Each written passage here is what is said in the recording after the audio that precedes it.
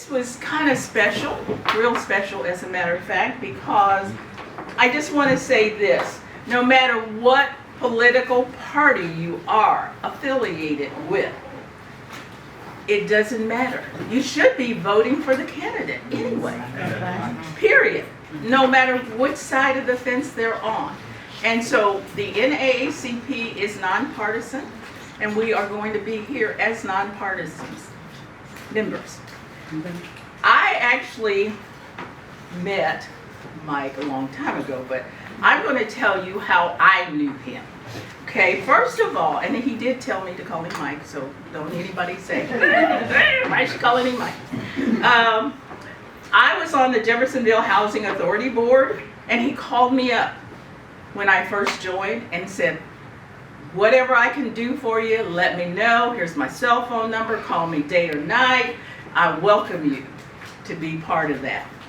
The second thing was in January 2024, he presented me with the Martin Luther King Jr. Freedom and Justice Award. He actually presented it to me in person. I was nominated by my fellow Rotarians, and I can tell you 75% of those people in that club are Republicans, okay? But it doesn't matter because we still all get along. And he also knew I was the first African American, still am, to be district governor of our Rotary district. Once he learned that I was the new president, he and I talked. He invited me to a meeting at his office. I invited Tia Williams-Hampton. We came, we had a wonderful discussion. He was very open with us and told us how he was going to help us out. So he also, let me tell you what else he did. After that, he joined the NAACP as a member. He also was a sponsor of our Freedom Fund gathering. And again, I can call him anytime. He's been in Florida a couple of times on vacation, and he still picks up the cell phone. Hi, Sue. What's going on? Always takes the time to say hello. So from my perspective, again, it's about the candidate and the person and building a relationship. And we have been able to build a relationship with our mayor of Jeffersonville. So again, I want you to realize we are nonpartisan. You need to do your research on your candidate before you vote, and you vote for the best candidate. So, without further ado, Sue reached out to me, and yes, I was in Florida, her State of the City speech, and I'm like, if any of y'all have been around me for any length of time, I'd rather talk like this than to read a rehearsed speech. And I'm like, oh, Sue, I really don't know if I want to repeat a 20-minute speech all over again. And at that time, I hadn't come to the decision that I announced about 6 weeks ago. But I thought, let me just come and answer some questions. And, you know, this is me. I think this is now, if you wanted to consider this a neighborhood meeting, I think like our 166th.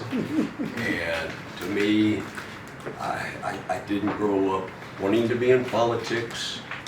My family had Jerry's Restaurant over here, which is no longer here, but it was history. And honestly, I probably grew up with a more don't trust, don't like politics, because my dad at a very early age, mom and dad, that's where I was raised. I was born in '64 over here at Clark Memorial Hospital. But Dad would always see at election time, Jerry's Restaurant, we were like a one-horse town. And Dad would always say, a month before the election, just watch them. They're all gonna start coming in. And I got raised, and I saw them. And I stayed out of politics because Dad always said, don't talk religion, don't talk politics, all you're gonna do is offend customers. So I grew up with that philosophy. I really don't like politics. I'm curious, especially when, you know, a presidential election goes on. I love the whole New Hampshire primary, the Iowa caucus. I love the theater of that. Politics can be pretty nasty. And so I grew up kind of resistant to it. But sure enough, as I got older and I ended up at a restaurant over on Brownsboro Road, and the funny thing was I was the youngest of 4 kids, and Mom and Dad were ready to sell and retire. And being the youngest of 4, I was the last to be asked, hey, you know, do you want to buy Jerry's? Well, my 2 sisters and my brother were smarter than me because they said no.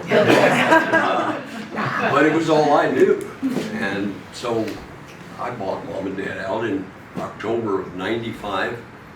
And 4 days, I think, into ownership, big fire at Jerry's restaurant. So shut me down for about a week. We rebuilt, we did everything. But I saw the same thing. Election time, politicians show up. And so to me, the neighborhood meetings were like, you got to stay involved. If you get elected, if you want to run, it's a commitment. It's not a commitment that you go out and ask people to support you 30 days before an election. So these neighborhood meetings, we've held anywhere from 12 to 15 a year. We go all over. People have questions. We bring the department heads. I don't have all the answers, but I got good, smart people around me, and we're able to solve some problems. So that's been kind of my theory on how to run the city. Stand back, hire very smart people to run all the different departments, take their advice, and let them know you trust them and you support them. And I think we've done a really good job. I think Jeffersonville has made some incredible strides in the last 14 years. But you know, as I announced 6 weeks ago, I've had fun. But I'm 61 years old. We became a grandpa 2 years ago, a little more than 2 years ago. And then a second time, just a week before I announced. And I honestly didn't know until probably a week before I made that announcement that I was going to get up there and say, hey, I'm not running again. None of my office knew about it. My brother didn't know about it. My brother and I talk about everything. So my kids didn't know about it. So when I got up there and made that announcement, well, just as soon as I made that announcement, I felt like I dropped 20 pounds. Somebody said I'm losing weight. And looking good. I feel good.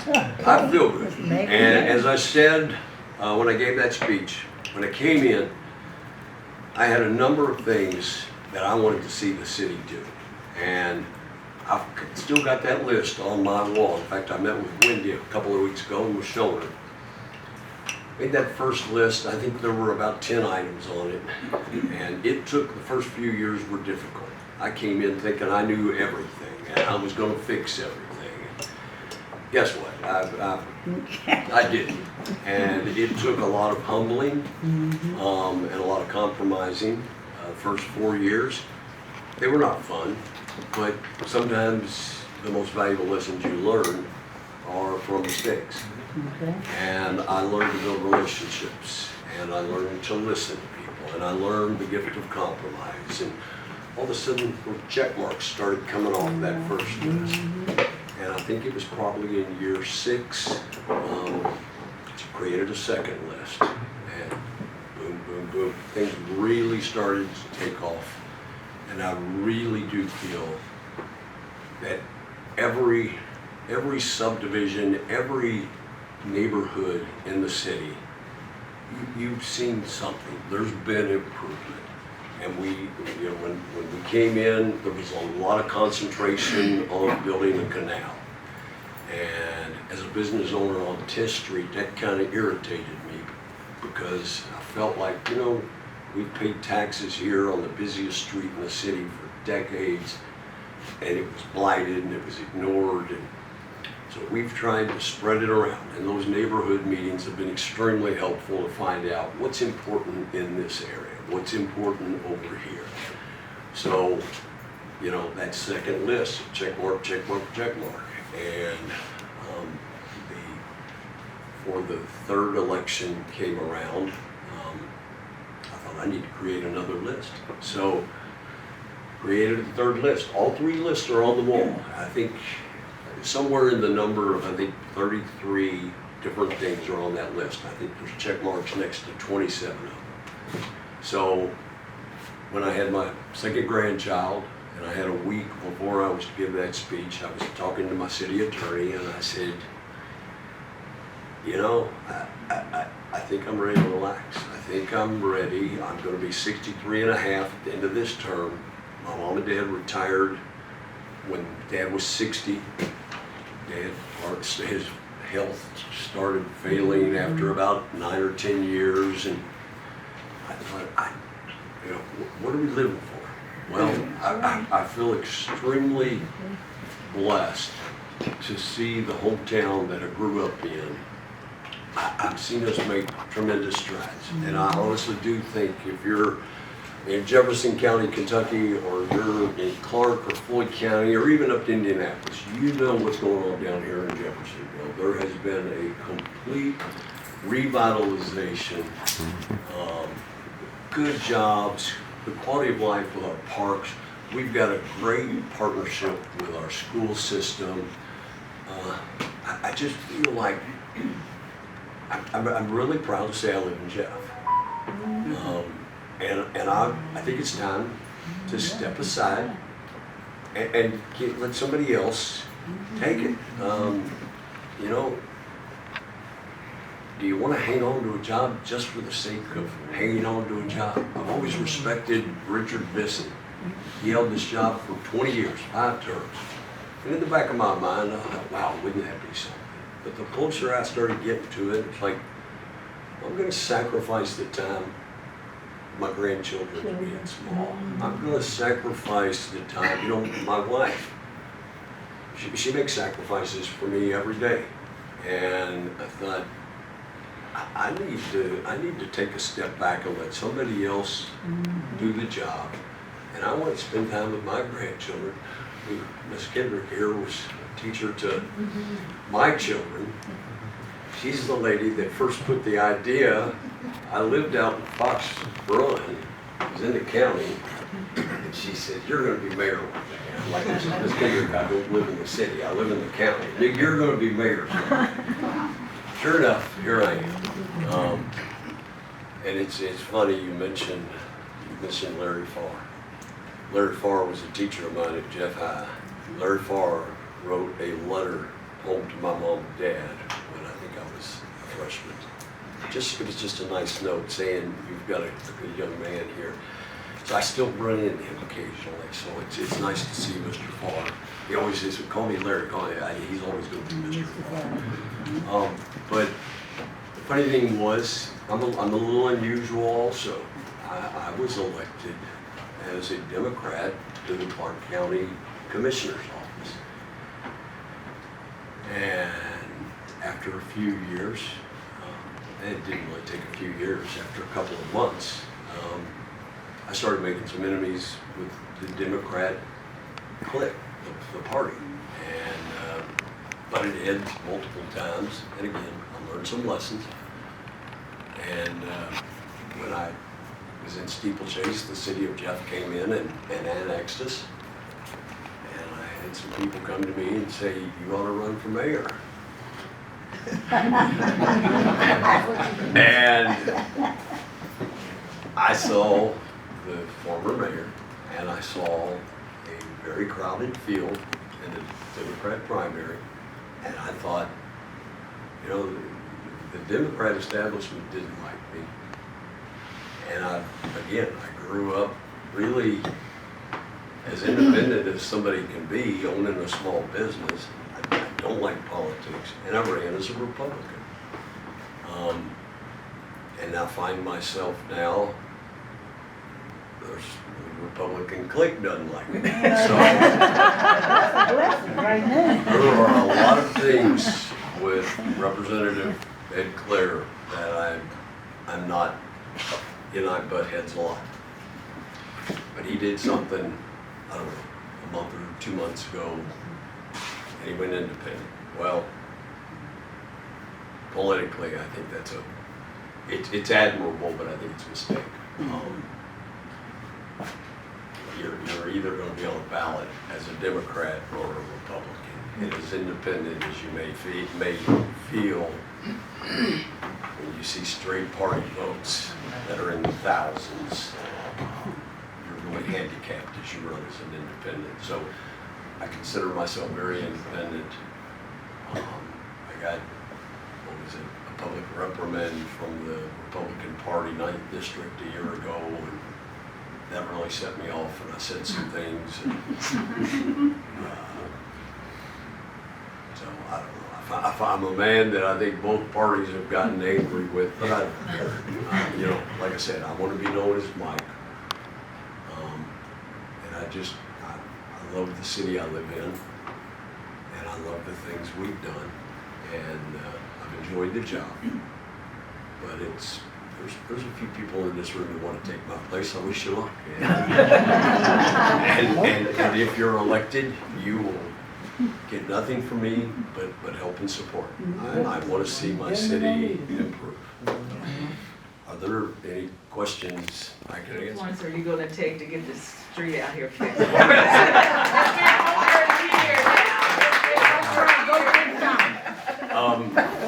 You know, those are, I hear a lot of people say, can you get low-cost housing built? Well, that's really not the city's job, but those are very small houses, and I would assume if somebody is looking for a new house, that's probably a market for a starter house. And it looks like they're still doing work underneath the road, so really, you're not gonna see the contractor come in and fix that road up until he's done tearing it up. I'd like to see it fixed too, but I don't know that he's entirely done with some of the construction, so it'd be kind of silly to say pave it and then a month later you see him tearing it up again. But yeah, it's pretty bad, but I'm glad people are building single-family homes that are somewhat affordable. So far, you've done a pretty good job. Thank you. From one So my restaurant guy question to is, another. but I think what you could do for all of us All right. is give us a feel for what you see is the biggest challenges we're gonna have in this community in the next 2 to 4 years in light of what's going on around us. It's how severely the budget is about to be slashed. If you're talking about your private lives, I don't know, there's Not probably, the profit, but well, then I would say your funding is about to be drastically cut. And I've pleaded, Wendy has been very helpful, but she's a Democrat in a supermajority state legislature of Republicans, and I've had a relationship with our Republican senator that's become very strained. And I don't have the answer. I mean, every year the state legislature have gotten together. I'm a little concerned because every time they talk about TIF reform, and that's where Ed Clare has always jumped in. Well, I'll tell you right now, a lot of the positive things you see in Jeff, our parks, our infrastructure, the whole reworking of our sewer, that wouldn't have happened without TIF dollars. But every year the state legislature over the last 12 years, they've met, and Ed Clare has always wanted to try and get his hands on the TIF dollars. And I just, you know, stop it, you know, and try to ignore him. Well, a year or so ago, they came out with what I will call Senate Bill 1, SEA. And I'm told the legislators don't even want to talk anymore about it, but you're you're gonna get, we're all going to be pinched significantly. I think everybody in here would probably like to see, I mean, I always felt my number one responsibility is to make sure people feel safe. Police and fire, to me, I mean, if your city's not safe, you know, what job is your mayor doing? There's things that I think the state legislature ignored. Again, I will defend Wendy. She has been our strongest advocate up there. But when you've got a super majority of Republicans, go away, Wendy, go away, go away, go away. I mean, I hate to say it, but she's our representative and they're not paying attention to her. So I think having a super majority for either party, man, the crisis that you can create with that, and we're all gonna feel that pinch. It's stable or going up, and if it's going up, you know, why is it going up? You've got a county assessor. That's not a city office that assesses your property, that's the county office. I will say I'd rather the value of my property be going upward than downward. I know people see that tax bill and they think this is outrageous. Fact of the matter is, the prices of houses have gone up significantly. So, of course, whether you've owned that house for 6 months or 50 years, the assessment on your property is how we've always figured taxes. And I know Senate Bill 1, they were like, okay, we're going to give everybody a $300 tax cut. And believe me, I would get those mailers, they go straight in the trash can. Because I usually say bullshit. And, you know, and I've had this conversation with our Republican state senator. You know, you're trying to tell everybody you've cut taxes, and all you're doing is saying, okay, cities, you've got to go create new taxes now to make up for it. And $300 doesn't get us back to what they just cut. So I don't have the answers. I'm not going to sit here and tell you, do this, this, or this. I don't know. But there's a reason. I didn't run for state legislature. I wouldn't take that job if they tripled the pay. But, I mean, we use city services. That's how we've always paid our police, our fire, our parks, our streets, our sanitation. So you see where your dollars go. I just have always felt better letting the cities, I mean, here's the money. We have to set a budget every year, and that budget's got to be submitted by like October for the next year. Well, what Senate Bill 1 did is just whacked a whole bunch of money away. Okay, so I've got 90 police officers, 90 firefighters. How are we going to pay for that in the coming years? And it all comes down, you know, your property tax. I get it. My taxes went up on my property also. But the good thing is, if you turn around and sold your house, you'd probably find out you sold it for more than it got assessed for too. Did I see it? Know exactly what's under the city as a municipality, because these two questions are county questions. It affects the city, but it's county questions. And so it makes sense, you know, you talk about how it affects the city, but that's like, they were county questions. So I think part of this is us understanding as a body and as a community who is over what. I overhear some of her phone calls sometimes. The questions she gets and that I get, it's people do think the city sets your taxes. The city is over the court system. The city, I'm in charge of the schools. And you know, I'm in charge of your city police department, your parks department, your fire department, you're picking up your trash. We're not in charge of your recycling. county designates a private company that does that. But like your assessment, your court system, your school system, even the ambulance system, which has been in chaos here, those aren't things that the city controls. You know, I get asked those questions all the time, but you know, those questions are, and same thing with the roundabout. Who in here blames me for the roundabout? I didn't have a dang thing to do.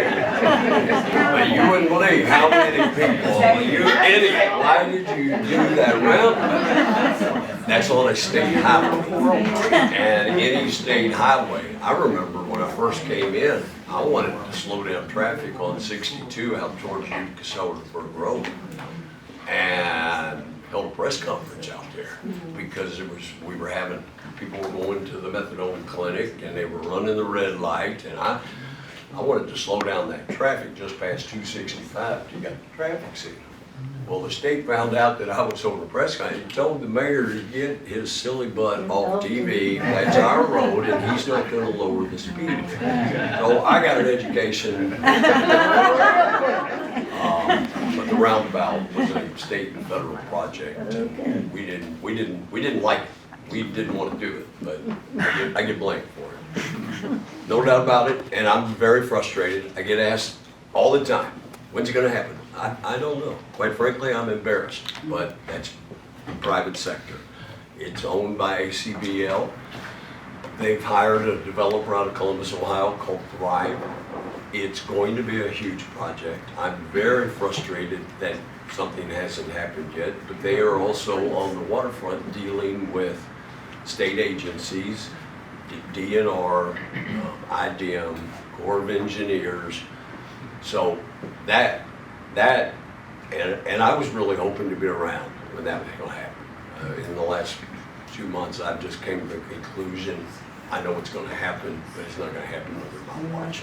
I hope all the approvals are given. I know they got to bring in a whole bunch of dirt.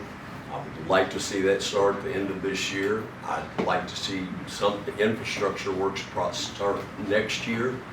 At the end of next year, I'm out. So somebody else is going to probably, you know, be there when the ribbon's cut on that. Charlestown Pike. If you live anywhere out between Holman Lane and Salem Noble Road, that's a $29 million road project, which people are angry right now because there are detours and there's extra traffic. And it's causing a lot of chaos. But if you want to widen a road that, you know, 15,000 cars drive on every day, and you got to close it so you can build it, you're going to have cars going in other directions. So I've got neighborhoods that are upset. And you know, I told everybody when we first announced it, this is going to be a great project. It was the most requested project we ever had. But when we start the construction, you're going to get mad at me. And exactly, Holman's Lane, same exact thing. Holman's Lane, everybody wanted it done. We got in the middle of it, everybody got in. Tearing up all of the sewer lines in the downtown area. Yeah, the federal government had said, you have to do this. 150-year-old sewer pipes that are 30 feet under the ground and they're collapsing. We had to tear all the roads up. It was very expensive, very time consuming. So every project, you know, there's going to be a lot of aggravation with any big project. But before we came in, I saw decades of people, of administrations making promises. I saw them at Jeffersonville. I saw the promises. I heard them. And they never did them. Well, sometimes projects don't get done because you know what you're going to get. You're going to get angry people. So I've got each time I've run, I've had 4 years. And I'm totally committed to getting these projects done. And I know you're going to get mad at me, but if you're not willing to do them, don't run. Don't run. You're going to make people mad. If you think you can have this job and everybody's going to love you, you're going to have some very dark days. I wouldn't recommend you do it if you can't take some risks, because people are gonna get mad. And if they don't get mad, then you're not doing your job. Okay. I'm sorry, I saw the administration, all of the department heads are a very good reflection of the city of Jeff. I think that was mentioned earlier. All different forms of education. We've got a lot of locally people I either grew up with or a few years ahead of me or a few years behind me. All different colors. I don't like the idea of, if I'm going to put somebody in charge of a department, y'all may disagree with me, but I don't want to make that decision based on color. But I think if you look, I've got a Hispanic police chief. I just had an African American police chief for 10 years. I've got an African American fire chief. Got an African American sewer building clerk.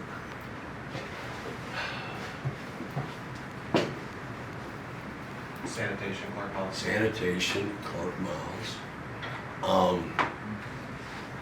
Wow, I really feel if there's something to stand up and embrace and say, look what we've done, look at how dramatic we have made changes. I grew up in Oak Park, and when I was a little kid, Riverside wasn't there. I found some old videos a few years ago where I'm playing out in the backyard along the drive, and there's nothing behind me but field.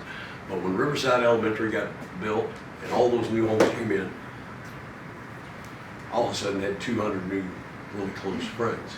And race really wasn't a part of growing up around Jeff when I was young. Is that right? So I really would love to hear some feedback if you don't. I just don't think race is something you ignore.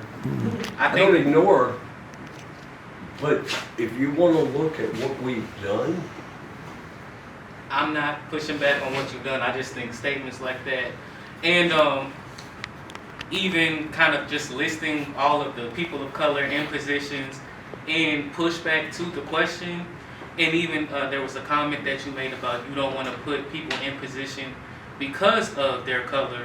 I think on the question of diversity, equity, and inclusion, there seems to be a clear misunderstanding of what that even means. well, then I apologize. Maybe I'm 61 years old and oblivious. I'm not trying to get you to apologize. I'm just saying I don't think I'm going to defer to somebody else if anybody wants. Low bidders, I mean, all of that is done in public meetings, so that's not something the mayor gets to decide. Yes, ma'am. Want to say I understand what your policies are within the city. I want to go back to a day that I called you as a citizen. And do you all remember when Papa John Schneider, made the remarks and had to deal with it? And his excuse was he was from a small town and that's just what we did in our small town. And Mayor Moore said, that is the same small town I grew up in. I didn't do that. And that day, he went down to the Nahan Field House, which was going to be called the John Schneider Field House or something like that. And those letters were taken down off of the side of that wall that afternoon. So while I can't speak to all of the policies that he has in the city, I will say that show of leadership made me proud to be a Jeffersonville resident. Sitting up here talking. I would say, look at where Jeffersonville is now and look where it was. I think we've made incredible strides. The greatest project that I can say I was able to be a part of, Jeffersonville's Promise. Are you all familiar with Jeffersonville's Promise? The city is paying the scholarship for any kid that graduates Jeff High with a 2.0 grade point. We will pay for a 2-year college degree for you to go to Ivy Tech. No other city in the state of Indiana does that. So I'm sorry if maybe you're not comfortable with what I said, but I'm very proud. Want to thank Mayor Moore, for Definitely. being our guest.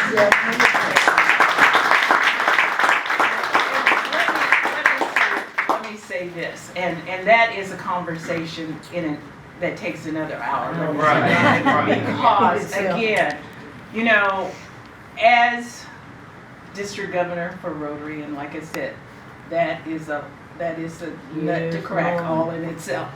And from 2018 to 2019, when I was district governor, I started talking about diversity, equity, and inclusion. And we just passed last year that we have now in our district a diversity, equity, and inclusion standing committee that's in the bylaws now, because I lobbied for that.